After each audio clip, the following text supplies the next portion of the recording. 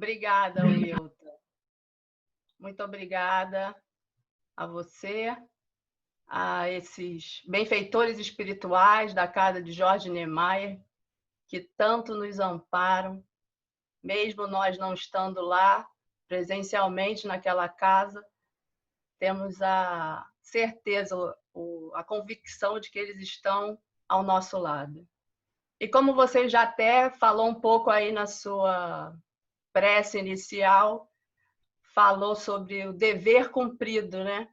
E hoje, justamente, o tema desta tarde é o dever, que está no capítulo 17 do Evangelho, o capítulo chamado Sede Perfeitos. Kardec deu esse nome, Sede Perfeitos. E o dever está lá na parte de Instruções dos Espíritos, uma mensagem de Lázaro, em Paris, 1863. Então, vamos começar falando de Jesus. Jesus, no Sermão do Monte, segundo está lá no capítulo 5 do Evangelho de Mateus, versículo 48, Jesus disse: Sede, pois, vós outros perfeitos, como perfeito é o vosso Pai Celestial. Jesus estava falando para as pessoas para que elas amassem os inimigos, amassem uns aos outros. E falou isso. Sede, pois, vós outros perfeitos, como perfeito é o vosso Pai Celestial. A princípio, a gente ouvindo isso, soa meio esquisito, né? Perfeitos como Deus. Deus é a perfeição absoluta. Como assim, perfeitos como Deus? Mas Kardec nos explica, nesse capítulo do Evangelho, falando que Jesus ali se referia à perfeição relativa, a que a humanidade pode alcançar. Só que naquele momento, como os homens ali não tinham como compreender aquela mensagem de Jesus nos seus detalhes, eles não conseguiriam perceber essa diferença da perfeição absoluta de Deus para a perfeição relativa que cabe a nós homens. Jesus simplesmente se limitou a apresentar-lhes um modelo e a dizer para eles que se esforçassem para alcançar e seguir aquele modelo. Então, o modelo que Jesus nos deu foi esse modelo de amor, justiça, bondade, misericórdia. Foi esse o Deus que Jesus veio nos apresentar. Um Deus que é Pai, acima de tudo. Não mais aquele Deus dos exércitos, aquele Deus a ser temido. O Deus Pai que ama todos nós. E por que, se a gente parar para pensar, por que Jesus colocou perfeito, para que a gente seja perfeito, como perfeito é o vosso Pai Celestial? Por que Jesus não falou como ele às vezes falava, o meu Pai? Falou bem especificamente, ao vosso Pai. Justamente porque ele quis mostrar ali a diferença da visão dele, Jesus, para a nossa. Ele se referia à nossa visão, a ideia que a gente tem do Pai. A visão de Jesus é diferente da nossa, é muito mais ampla, abrangente. Jesus, efetivamente, como Espírito Crístico que é, pode ver e compreender a Deus, coisa que nós ainda, espíritos imperfeitos, não temos condição. No Livro dos Espíritos tem uma questão que fala sobre isso. É a questão 244. E na resposta, os espíritos dizem que somente os espíritos superiores veem e compreendem Deus. Que nós, os inferiores, nós somos capazes de o sentir. Os inferiores o sentem e adivinham. Então, nós não temos ainda essa compreensão. Por isso, Jesus colocou o vosso Pai, ou seja, a nossa compreensão que nós temos de Pai, a nossa visão, a nossa ideia, mais precisamente. Porque essa nossa inferioridade ainda não nos permite compreender essa natureza íntima de Deus. Kardec comenta sobre isso na questão 11 do Livro dos Espíritos. Mas aí Kardec coloca que, à medida que nós desenvolvemos o nosso senso moral, passamos, então, a fazer uma ideia mais justa da divindade. Somente conforme desenvolvemos esse nosso senso moral, vamos tendo uma ideia mais justa da divindade. Então, Kardec segue esse capítulo do Sede Perfeitos, falando também sobre o homem de bem, sobre os bons espíritas e também a parábola do semeador. Até que então ele chega na parte das instruções dos espíritos, que é a parte que a gente vai focar hoje. E a primeira mensagem, logo, de todas as mensagens que Kardec colocou, né, nesse capítulo, a primeira mensagem que ele coloca é justamente essa: o dever, que é a mensagem de Lázaro. Por que será que Kardec colocou essa mensagem nesse capítulo? Não foi por acaso, né? Capítulo Sede Perfeitos, mensagem, o dever, um capítulo onde ele fala sobre o homem de bem, com todas aquelas qualidades, os bons espíritos.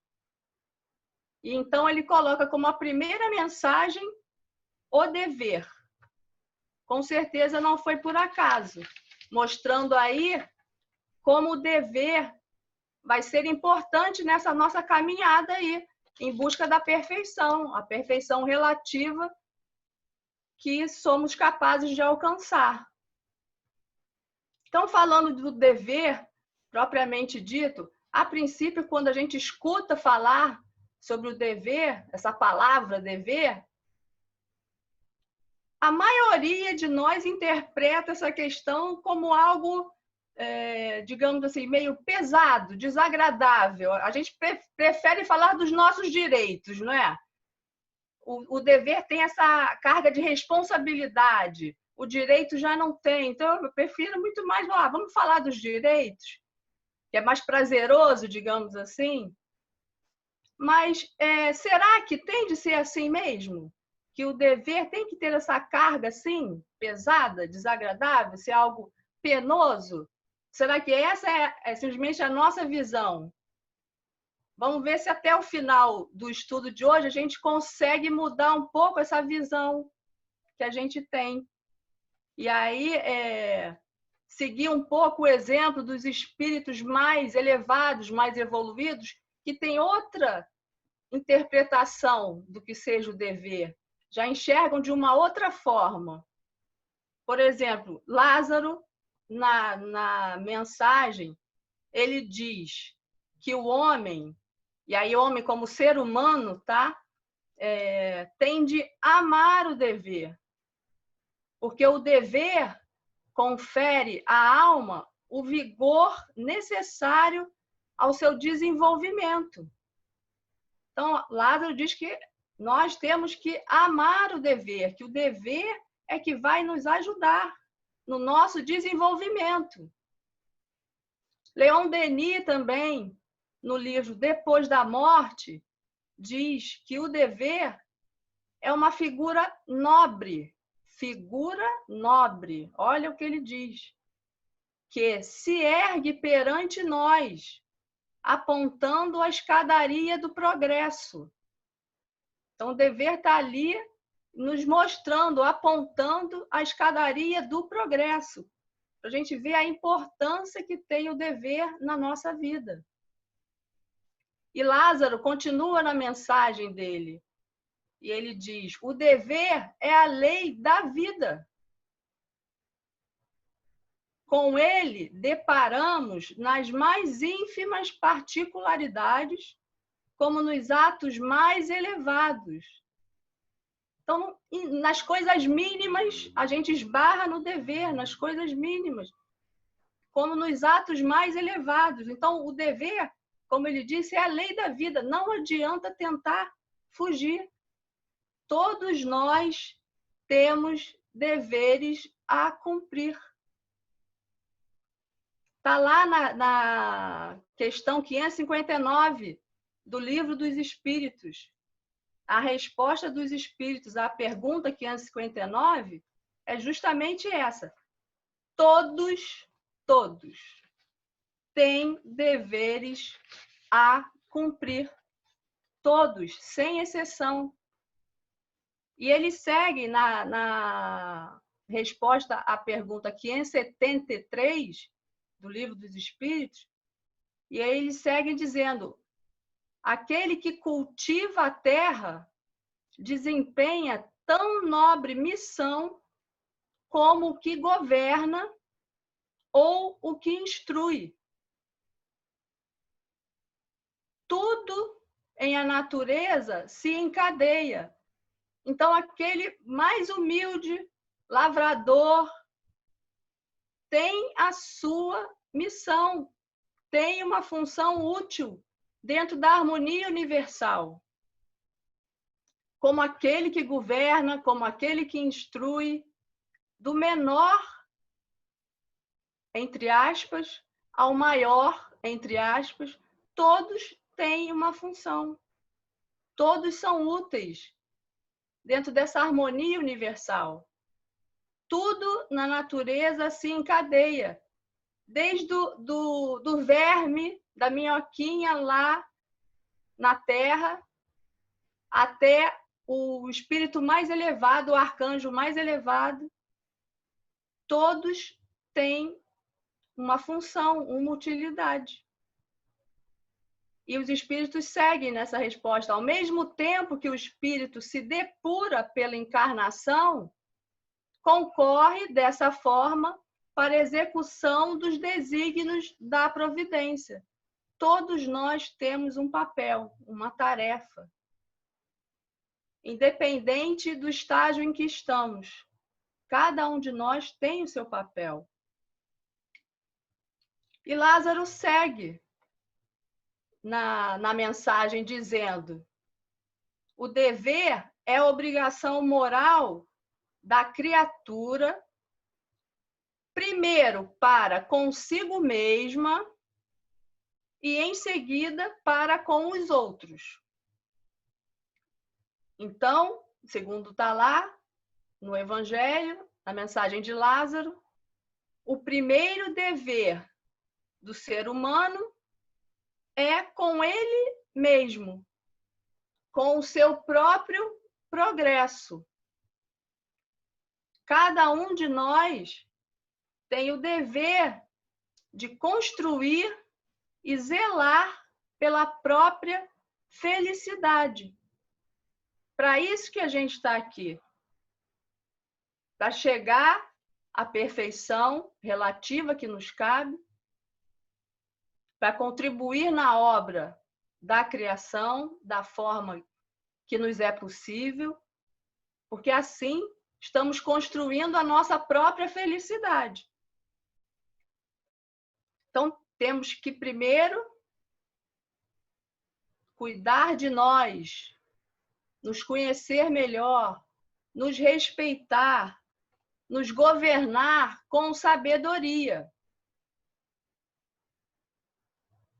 Devemos cuidar do nosso corpo físico, sim, cuidar do nosso corpo físico, porque ele é uma bênção que Deus nos concedeu para estarmos aqui, tendo essa oportunidade de evolução. Então, temos que cuidar dele, sim. Esse nosso instrumento de trabalho. Como Francisco de Assis gostava de dizer, o doce jumentinho. Temos que cuidar dele, sim, evitando os excessos, usando o nosso corpo, utilizando dele com moderação, mantendo, por exemplo, uma alimentação equilibrada, que muitas vezes é difícil, porque a gente tem uns desejos, né, de comer, falando por mim especificamente, um desejo de comer doce. Eu sou meio formiga e eu tenho que me controlar, porque já sei que não faz bem. Então, muitas vezes eu tenho desejo, e aí eu me pergunto, né? Eu quero, tem aquele desejo. Passei na porta da padaria, tá lindo lá aquele doce. Eu quero, surgiu aquele desejo. Eu posso? Aí olho na bolsa, tenho dinheiro para pagar? Tenho, posso. Mas aí eu me pergunto, eu devo? E aí eu paro e reflito. Já estou com uma certa tendência à glicose no sangue. A família tem histórico de diabetes. Eu devo? Então, eu tenho a opção de comer e arcar com as consequências depois, ou exercer a minha vontade e não comer. E aí preservar o meu corpo, que é minha função, preservar o meu corpo. E isso do eu quero, eu posso, mas aí eu pergunto, eu devo, não se limita a essa questão da alimentação. Isso serve para qualquer circunstância das nossas vidas. Eu quero, surge aquele desejo, e aí eu avalio se eu posso ou não, posso, mas eu devo? Isso aí para a gente se perguntar o tempo todo. Porque depois a consequência vem. Então, devemos cuidar do nosso corpo, devemos cuidar do nosso espírito. De que forma? Cultivando bons pensamentos, mantendo boas conversas, lendo bons livros, estudando, ampliando os nossos conhecimentos. Essa tarefa é a tarefa mais importante que nós temos. Devemos nos ocupar dos nossos próprios deveres. Esse é o primeiro dever que nós temos, cuidar dos nossos próprios deveres. Mas o que acaba acontecendo muitas vezes é que gastamos tempo, como diz Emmanuel no livro Construção do Amor, na mensagem Diante do Dever, muitas vezes, Emmanuel nos diz, gastamos tempo na tarefa de fiscalizar a execução do dever que compete ao arbítrio e à possibilidade dos outros. Muitas vezes a gente se perde tempo tentando fiscalizar a execução do dever que compete ao outro. E aí, sobre isso, a gente tem uma história no livro Jesus no Lar, de Neio Lúcio, psicografado por Chico Xavier. É o capítulo 36, a história é o problema difícil, e fala basicamente disso. Era um sábio que tinha 3 filhos, e aí ele envia os 3 filhos até o castelo lá do príncipe, e cada filho levando um presente diferente para o príncipe. E aí os filhos partem pela estrada, no caminho, o primeiro filho levando um vaso de argila preciosa, o segundo levando uma corça rara, era um animal, e o terceiro levando um bolo primoroso. E eles partem para o serviço, para cumprir as ordens do pai e vão pela estrada. E no meio do caminho eles começam a brigar. Cada um tinha uma tarefa. Um tinha que levar o vaso, chegar lá com o vaso. O outro levando o animal. E o terceiro levando o bolo. Cada um tinha a sua tarefa. Só que no meio do caminho, eles começaram a querer um tomar conta da tarefa do outro. Então, o que estava levando o animal começou a brigar com o que estava levando o vaso, dizendo que o que estava levando o vaso não estava levando direito, não estava cumprindo com a sua tarefa da forma adequada, digamos assim. E aí foi tentar se intrometer na tarefa do irmão. O que acabou acontecendo? O vaso acabou caindo no chão, o animal fugiu, assustado naquela confusão. O que estava carregando o bolo foi tentar segurar o animal, pegar o animal, tropeçou, o bolo caiu no chão. Resultado da história, não conseguiram levar nada do que eles estavam levando. Por quê? Cada um se ocupou em tomar conta da tarefa do vizinho, digamos assim, e esqueceu da sua própria tarefa. Então, isso é uma lição para a gente, que a gente tem que se compenetrar com as nossas responsabilidades, com as nossas tarefas, e deixar com o outro a tarefa dele. Então, é uma forma da gente aprender com isso. E aí, seguindo, Leon Denis, no livro Depois da Morte, diz o seguinte, que o dever não é idêntico para todos. Ele varia segundo nossa condição e saber. Vamos de novo. O dever não é idêntico para todos. Varia segundo nossa condição e saber. Ou seja, a cada estágio evolutivo eu tenho um dever. Nós, como espíritos imperfeitos, temos os nossos deveres, de acordo com a nossa condição evolutiva e com os nossos conhecimentos.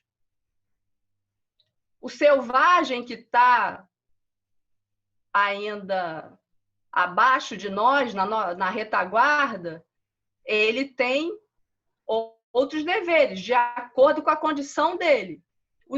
Os bons espíritos têm os deveres de acordo com as condições evolutivas deles. Os espíritos puros, já estão acima, têm os deveres de acordo com o conhecimento, a condição evolutiva deles. Cada um tem a sua condição, o seu dever de acordo com a sua condição evolutiva e os seus conhecimentos. Por quê? O dever, ele é individual, é intransferível, cada um no seu estágio. Então, a cada um cabe o dever que a própria consciência já lhe impõe. Nós temos, digamos assim, como fala Joana de Ângelo, os níveis de consciência. Uns já estão com a consciência mais desperta, outros menos. Então, o dever vai variar de acordo com a consciência de cada um.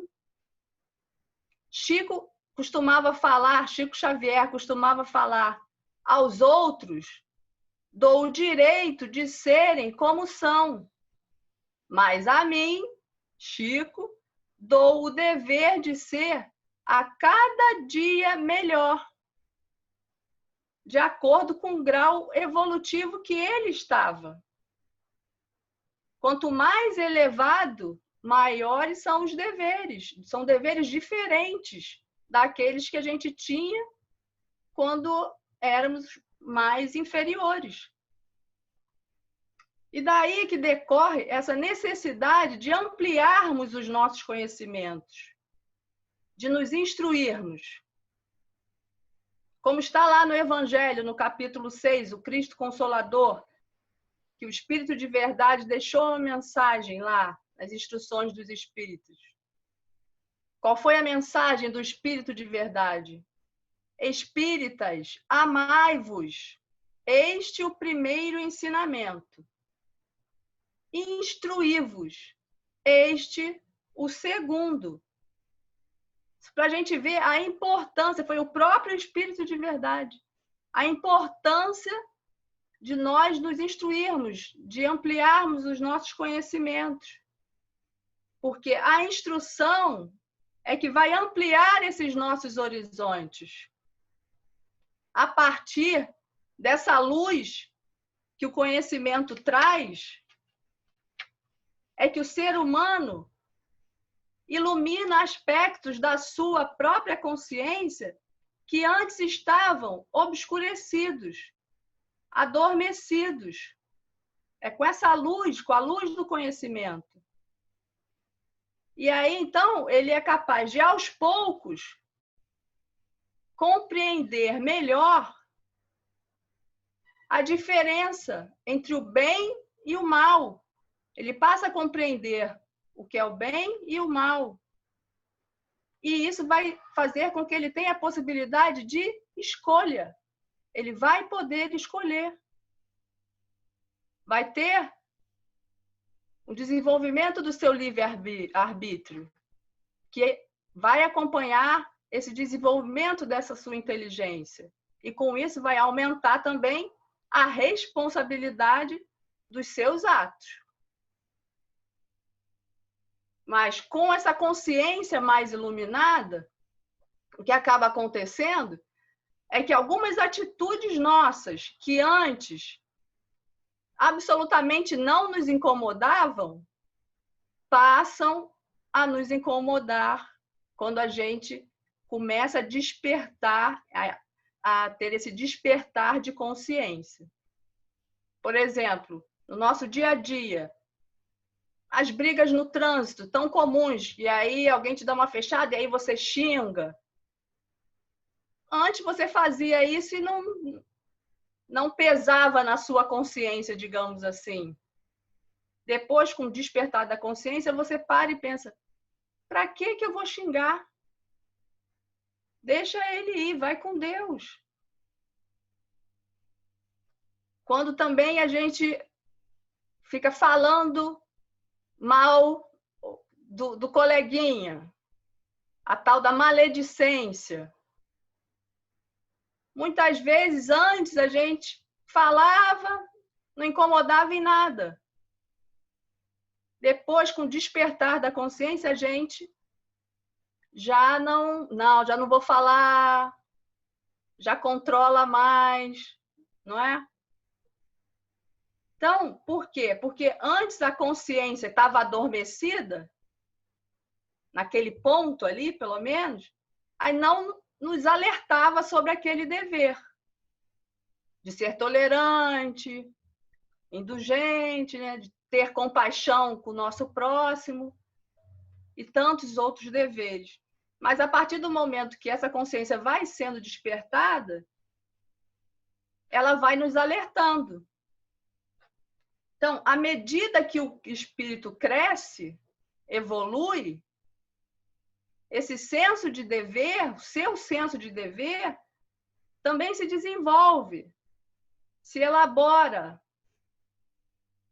E então o espírito começa a compreender melhor as suas obrigações para com Deus, para com o próximo, para consigo mesmo.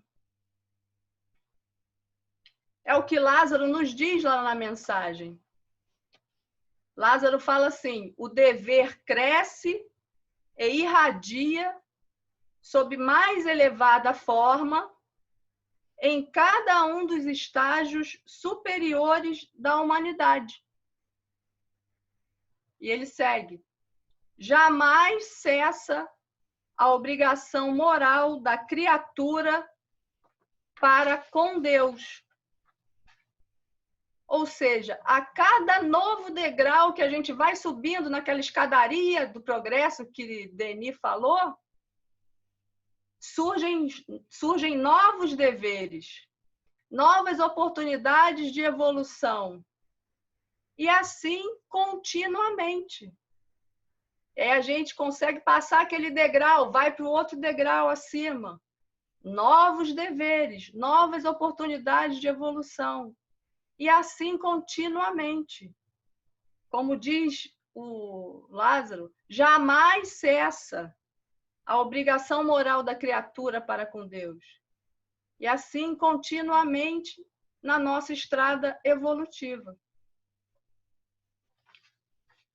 E para isso, para que a gente consiga evoluir, tenha a oportunidade de evoluir a cada encarnação aqui, Deus, em sua infinita sabedoria, bondade, colocou a cada um de nós no lugar adequado. Naquele lugar certinho onde precisamos estar. Estamos inseridos no meio familiar, social, onde precisamos atender uma série de deveres.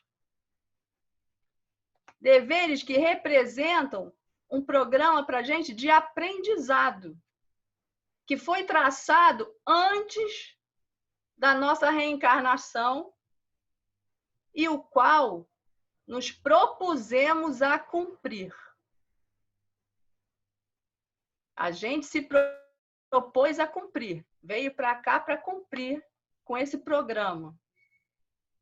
O problema é quando a gente chega aqui, né? E aí, quando a gente chega aqui, o que lá parecia fácil e simples, aqui a gente passa a achar que é tudo muito difícil. Ah, mas é muito difícil para mim cumprir esses deveres. Por quê? Porque aqui tem a matéria, né? E aí a gente fica apegado à matéria, a esses prazeres do mundo, que muitas vezes nos cegam. E muitas vezes somos guiados, nos deixamos ser levados, guiados pelas paixões inferiores e pelas nossas más tendências. E aí fica realmente complicado de cumprir com os nossos deveres. Mas como está lá na questão 909 do Livro dos Espíritos, que é uma questão que incomoda, digamos assim, um pouquinho, né? Porque a pergunta de Kardec aos espíritos é a seguinte: poderia sempre o homem, sempre, hein, gente? Poderia sempre o homem, pelos seus esforços, vencer as suas más inclinações? Então vem a resposta dos espíritos, que aí vai incomodar um pouquinho aí, né? Sim, e frequentemente fazendo esforços muito insignificantes. Esforços insignificantes. O que lhe falta é a vontade. Ah, dizem os espíritos, quão poucos dentre vós fazem esforços. E essa que é a verdade, né? Nós nos esforçamos? Será? Será que nós não nos deixamos levar? E ao invés de colocar em prática a nossa vontade, que como diz Leon Denis no livro Problema do Ser, do Destino da Dor, é a maior de todas as potências da alma, Então, será que nós não nos deixamos levar? Porque, a princípio, nos parece mais fácil, o caminho mais fácil? Mas será que é o caminho mais fácil? Será que, se nós exercitarmos a nossa vontade, não vai ser muito melhor para a gente? Então, como diz o Denis, a vontade é a maior de todas as potências da alma. Por meio da vontade, nós colocamos em movimento as outras potências internas e as orientamos para um ideal elevado. É o que ele nos fala. Segundo ele, a vontade é o motor da existência. Então, nós temos como resistir às más inclinações. Sim, fazendo esforços, tendo disciplina, colocando em prática a nossa vontade, vontade firme de fazer o bem, de cumprir com os nossos deveres. Mas quantos de nós verdadeiramente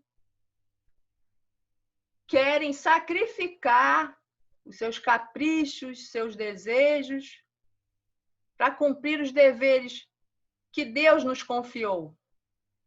Quantos realmente de nós querem isso? No livro Os Mensageiros, de André Luiz,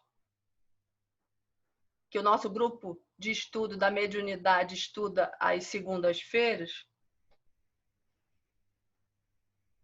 tem o relato de vários espíritos que vieram à Terra para cumprir com seus deveres, os deveres que assumiram perante Deus. Só que, chegando aqui, assim como nós, muitas vezes, né, eles se deixaram levar pela matéria, pelos prazeres do mundo. E falharam no cumprimento desses deveres. Falharam na tarefa que lhes cabia. Ou seja, eles preferiram escolher a porta larga da perdição, ao invés da porta estreita do dever retamente cumprido. E um desses, que está retratado no capítulo 7, é o Otávio. E o capítulo chama-se A Queda de Otávio. E, basicamente, ele se deixou levar pelos desejos mundanos, não auxiliou 6 espíritos que o tinham preparado na espiritualidade para que ele reencarnasse e pudesse ser bem-sucedido nessa sua tarefa. Ele deixou de auxiliar esses espíritos que aqui reencarnaram como crianças e ficaram órfãos. E a tarefa dele justamente era cuidar desses espíritos. Mas ele, jovem, em torno dos 20 anos, se deixou levar pelos prazeres do mundo, digamos assim, e não cumpriu com seu dever. Então, lá, de volta ao mundo espiritual, ele se confronta com a sua própria consciência. E aí tem a noção de que perdeu ali uma maravilhosa oportunidade de elevação, como ele mesmo diz. Por quê? Ele preferiu realizar os seus condenáveis desejos a realizar a vontade de Deus, a vontade que Deus tinha para ele. E assim como ele, vários outros relatos nesse livro. É basicamente sobre isso. É um livro muito interessante, porque a gente tem a oportunidade de aprender com os erros dos outros.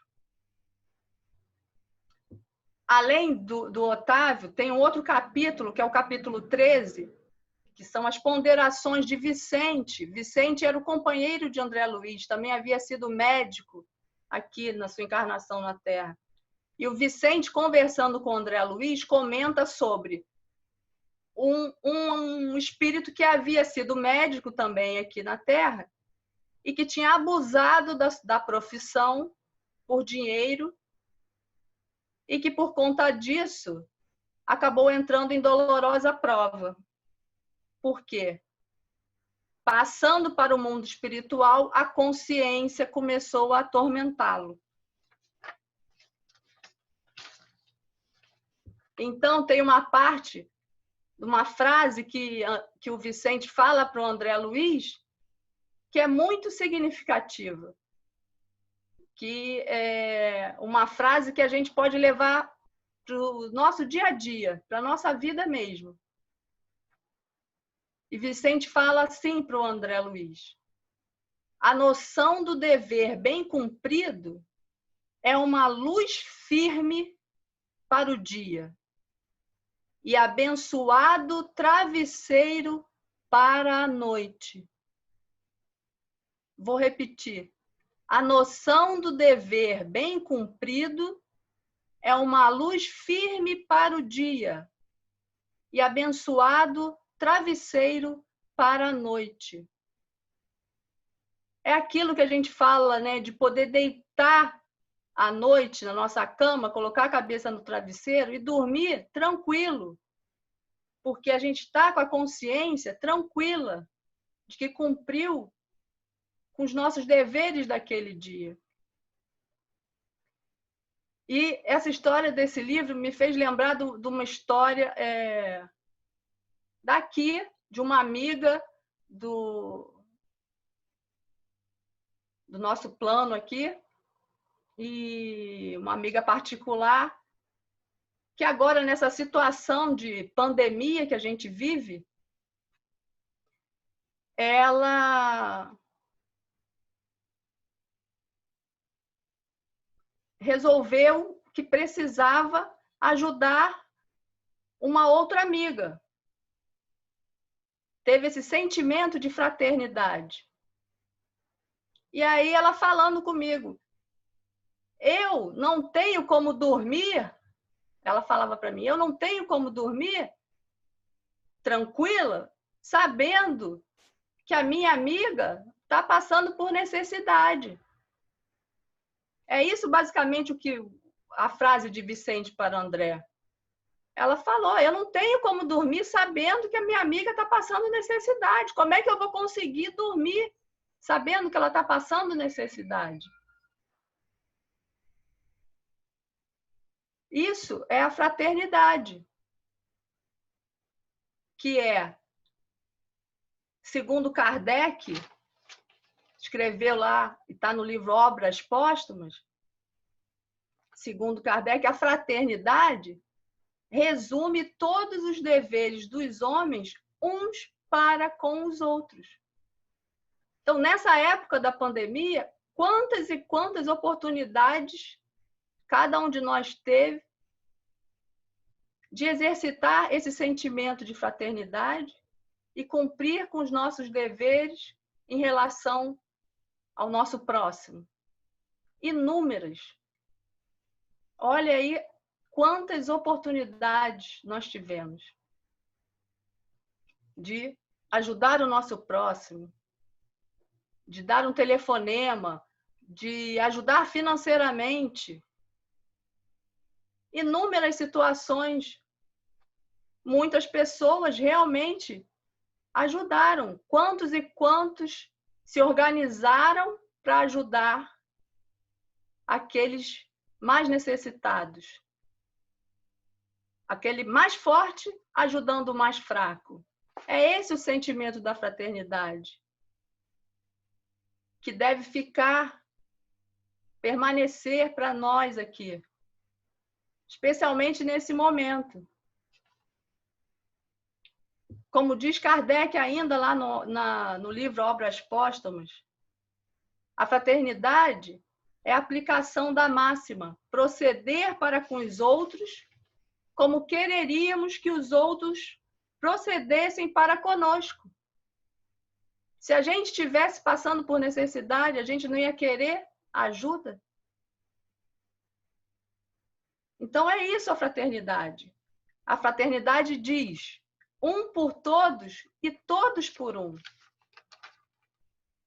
Então, nesse momento, é o momento de aproveitarmos essas oportunidades. Porque a consciência tranquila não tem preço, gente. A paz de se ter uma consciência tranquila não tem preço. Emmanuel nos diz que a paz em nós não resulta de circunstâncias externas, e sim da nossa tranquilidade de consciência no dever cumprido. É isso. Uma consciência tranquila, edificada no dever, é o tesouro mais precioso que podemos conquistar. Essa paz de estar em harmonia com a lei divina não tem preço.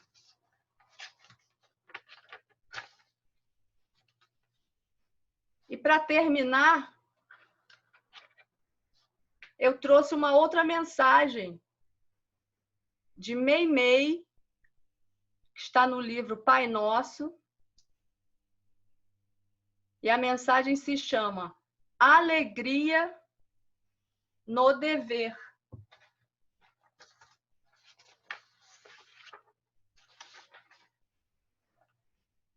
E aí eu vou ler aqui a mensagem para vocês. Então, a mensagem diz assim, que quando Jesus estava entre nós, recebeu certo dia a visita do apóstolo João, muito jovem ainda, que lhe disse estar incumbido por seu pai Zebedeu de fazer uma viagem a povoado próximo.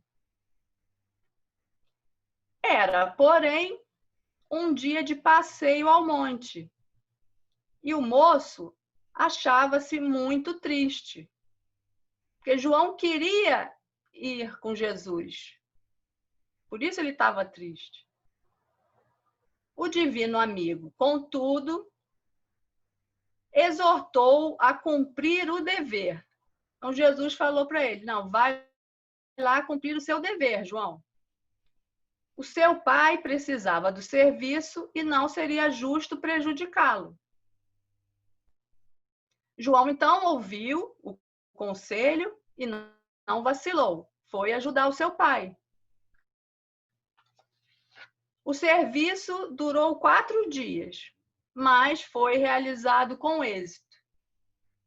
Os interesses do lar foram beneficiados, mas Zebedeu, o honesto e operoso ancião, afligiu-se muito, porque o rapaz regressara da viagem de trabalho com semblante contrafeito. João foi meio de má vontade e voltou com aquela cara meio emburrada, porque ele queria ter ido lá para o monte com Jesus. Então, o mestre Jesus, notando-lhe aquele semblante carregado, sombrio, convidou ele para conversar. Então, Jesus chama João e aí conversa com João. João, cumpriste o prometido? Pergunta o mestre. E João responde: sim, mestre. E aí Jesus pergunta: atendeste à vontade de Deus, auxiliando teu pai? João responde: sim, mestre. Mas estava visivelmente contrariado. Acredito haver efetuado todas as minhas obrigações. Então Jesus, calmo, sorrindo, fala para João: então, João, ainda falta um dever a cumprir. O dever de permaneceres alegre por haveres correspondido à confiança do céu. O dever de permaneceres alegre por haveres correspondido à confiança do céu.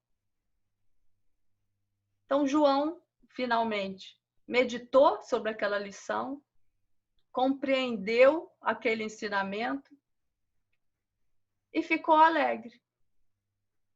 Alegre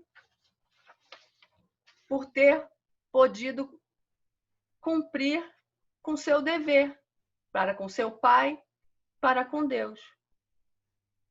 Então, meus amigos, que assim como João, possamos mudar também a nossa maneira de encarar os nossos deveres, porque eles é que nos impulsionam para a nossa evolução, que nos ajudam a subir aquela escadaria do progresso.